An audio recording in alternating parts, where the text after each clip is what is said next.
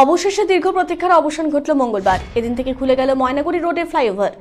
জানা গেছে আপাতত ট্রায়াল রানের জন্য ফ্লাইওভারের ওয়ান ওয়ে চালু করা হলো। এদিন সবুজ পতাকা দেখেই শুরু হয় যান চলাচল। ফ্লাইওভার দীর্ঘ প্রতীক্ষার পর খুলে যাওয়ায় খুশি গাড়ি চালক সহ স্থানীয় বাসিন্দারা। জানা যায় 2012 সালে ময়নাগুড়ি রোডে এই ফ্লাইওভার নির্মাণের কাজ শুরু হয়, কিন্তু জমি জটের কারণে এই কাজ দীর্ঘদিন থমকে থাকে। সমস্ত জট কাটে দ্রুত গতিতে চলে ফ্লাইওভার নির্মাণের কাজ। মঙ্গলবার থেকে ট্রায়াল রানের জন্য ফ্লাইওভার খুলে দেওয়া হয় সকলের জন্য। জানা যায় এই ফ্লাইওভার নির্মাণের জন্য প্রায় 85 কোটি টাকা খরচ হয়েছে। ময়নাগুড়ি রোড এলাকায় নির্মিত এই ফ্লাইওভারটি দীর্ঘ প্রায় 1.2 কিলোমিটার। যদিও ফ্লাইওভারের ছোট ছোট কিছু কাজ বাকি রয়েছে বলে জানিয়েছেন জাতীয় সড়ক কর্তৃপক্ষ। তবে ট্রায়াল রান শেষ হওয়ার পর ফ্লাইওভারের খামতি বিষয়গুলো পরীক্ষা করে আনুষ্ঠানিকভাবে এর উদ্বোধন করা হবে।